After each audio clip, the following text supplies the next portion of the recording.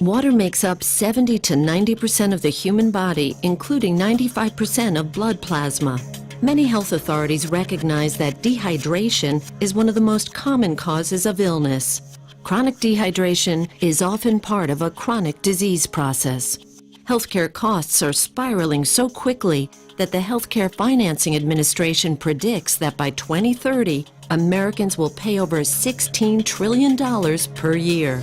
Recently, the World Health Organization ranked the U.S. 37th best in the world in healthcare system performance. Consumer unease with U.S. healthcare grows, and it's no wonder. Americans are rapidly becoming the heaviest people on earth, with overweight Americans now significantly outnumbering those who maintain a healthy weight.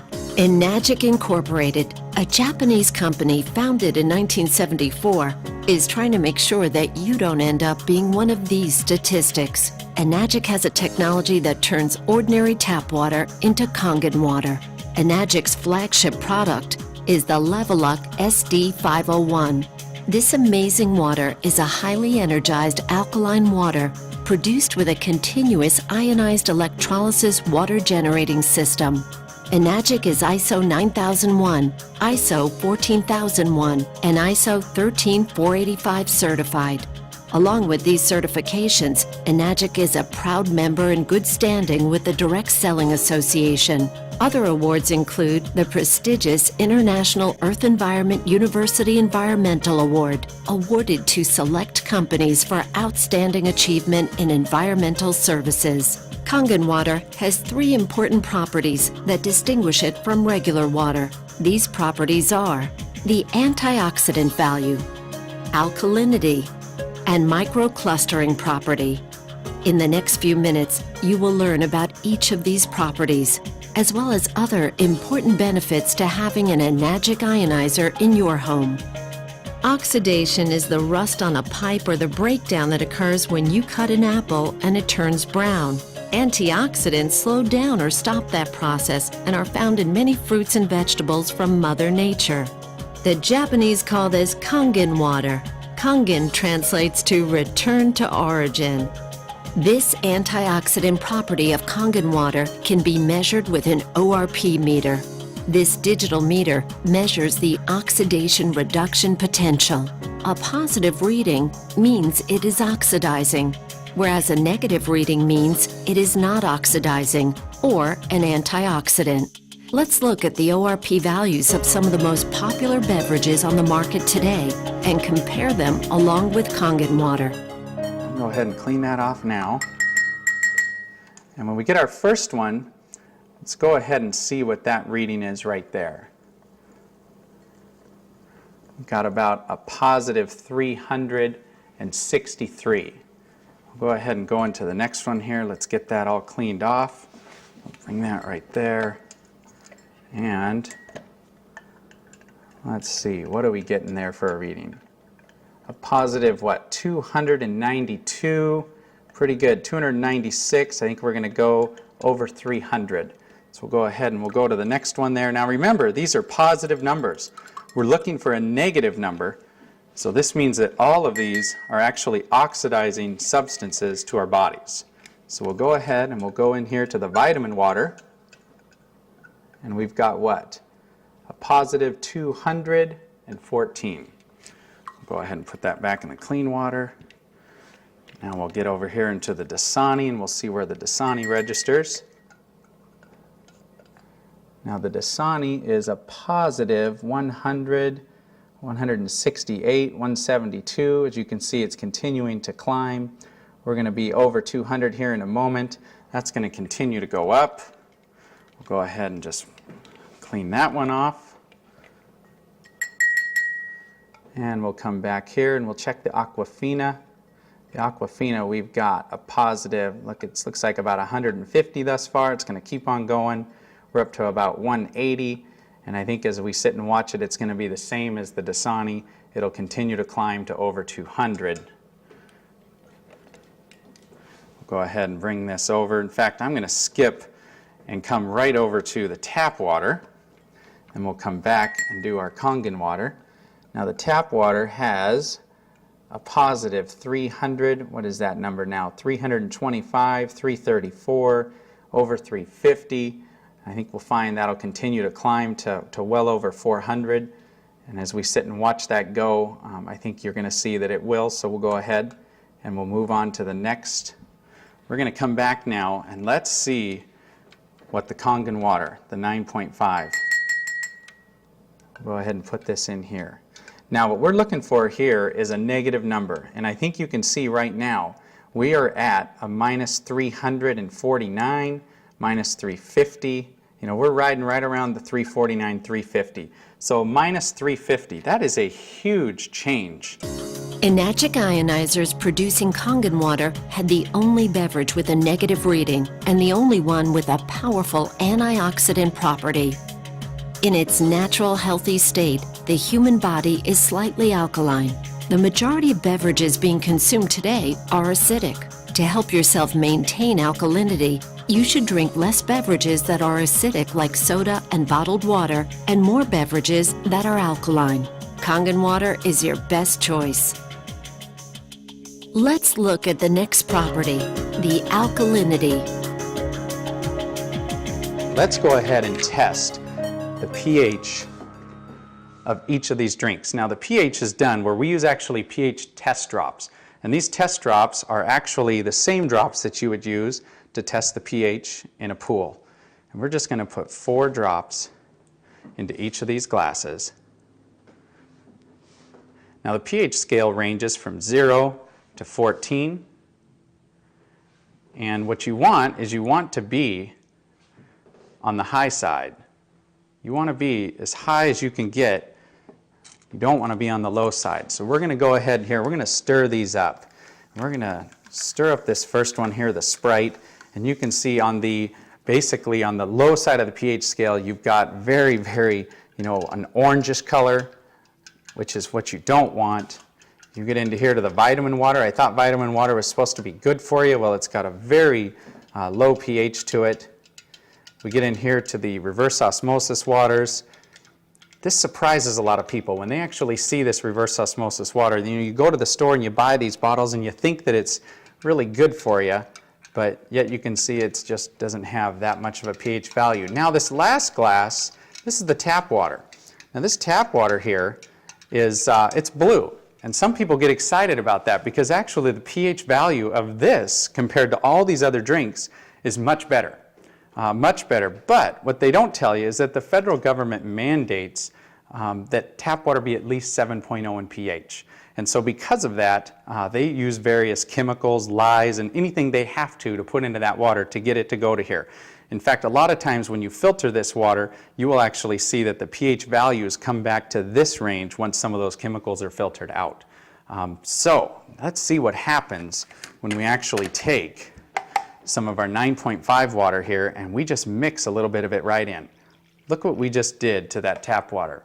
We changed that tap water and we took it from an acidic, or actually it was a somewhat neutral state, to a very alkaline state. We're going to do the same thing over here to the Aquafina, and it very quickly turns purple. You can see that. Here we go again. We're going to get it to go purple just by mixing in some of our water. Now these other 3 over here, I actually want to go ahead and use our water, our 9.5 water, and I'm going to pour it directly in. Now watch what happens when we do this.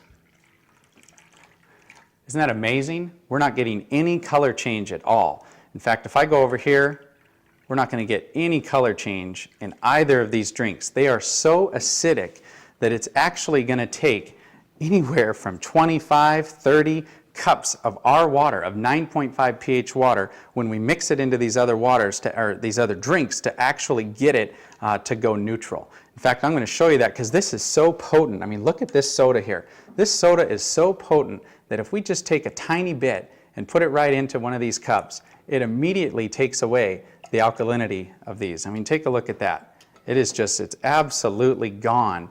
And so very, very quickly you can take an alkaline substance and turn it into a very acidic substance The body has a truly remarkable and complicated water regulating system that rations water when it's in short supply, until it receives unmistakable signals that it has access to an adequate supply.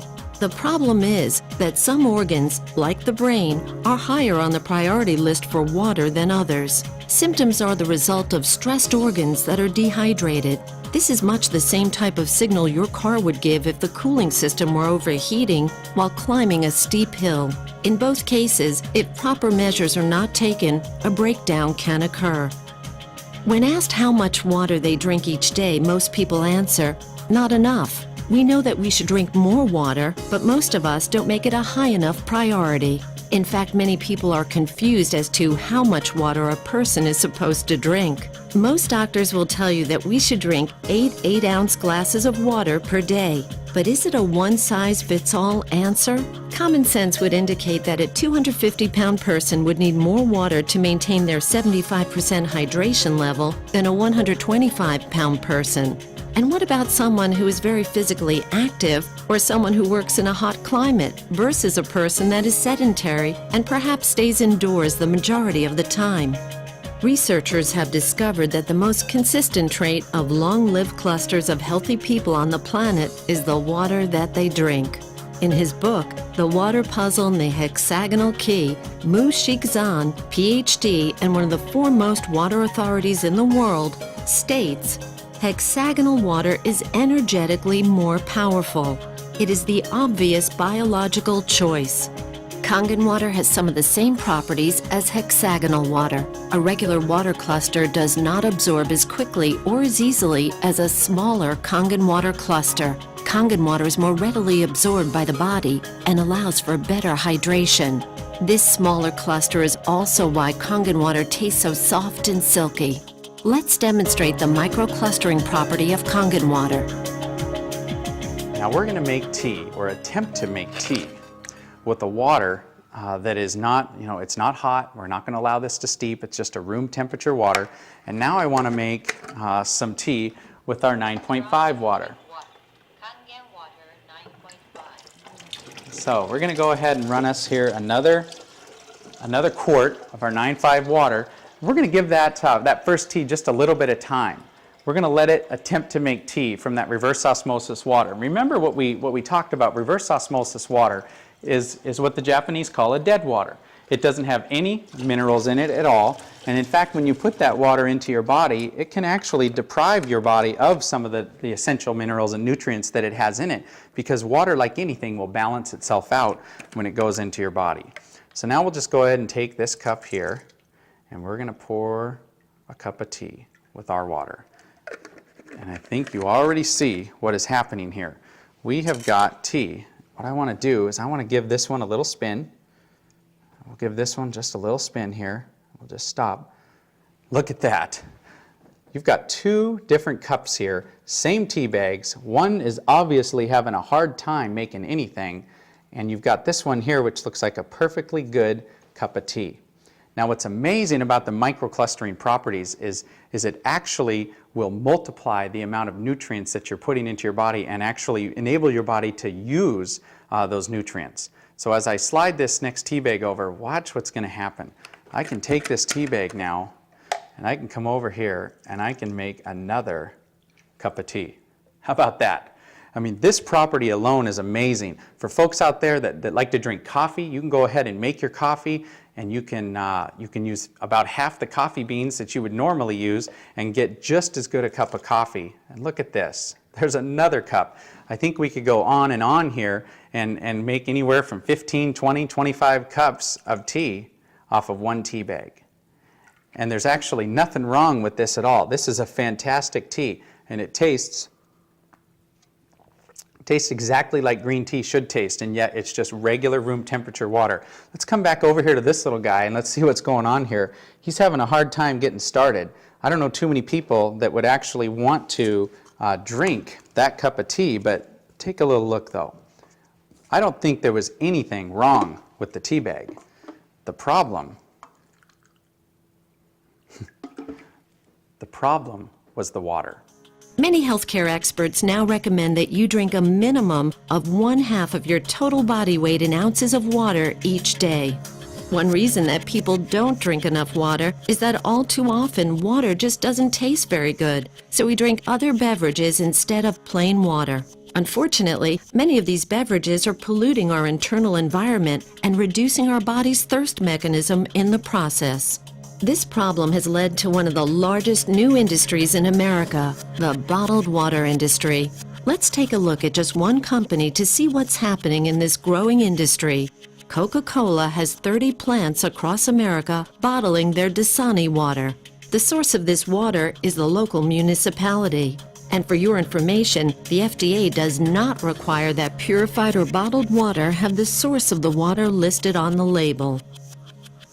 This filtered water is then placed into plastic bottles and shipped all around the world. But even if this were the answer to our drinking water problem, it just created another major problem: plastic bottles overrunning the landfills of our nation.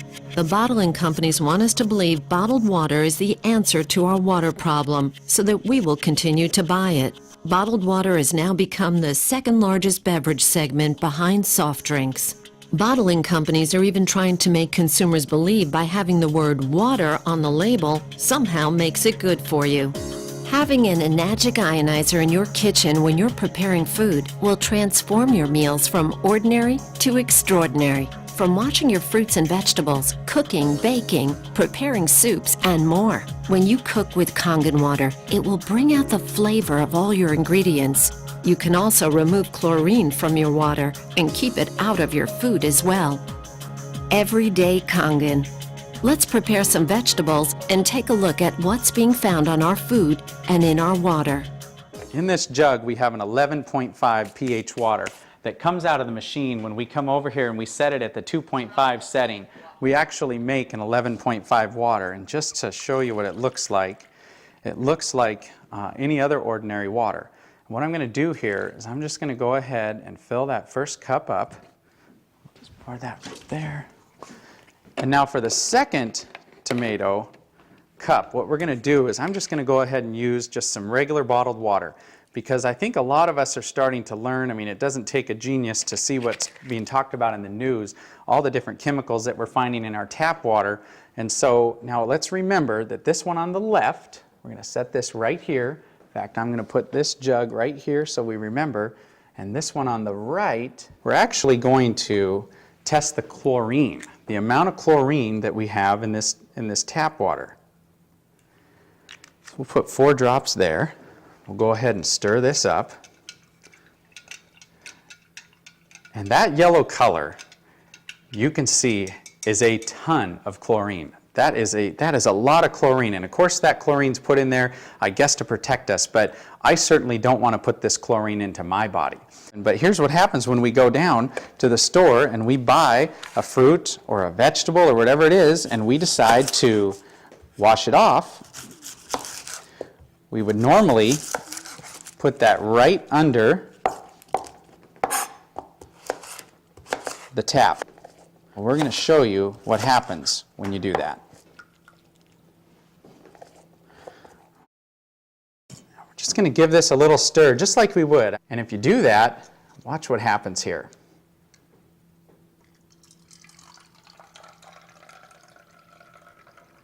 As we pour this out, take a look. What happened to that yellow chlorinated color? You know what happened. It's gone.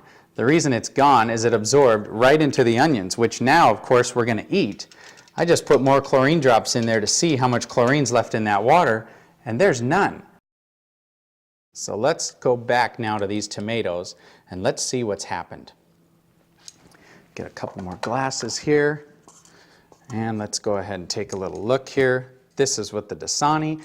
Reverse osmosis water is in a lot of homes. People have these filter systems that are built right in, and basically they do it because they think that that water is very, very good for you. Now, what did we wash off of these tomatoes with that water? I think you can tell it doesn't look like much. That looks like regular old clean water.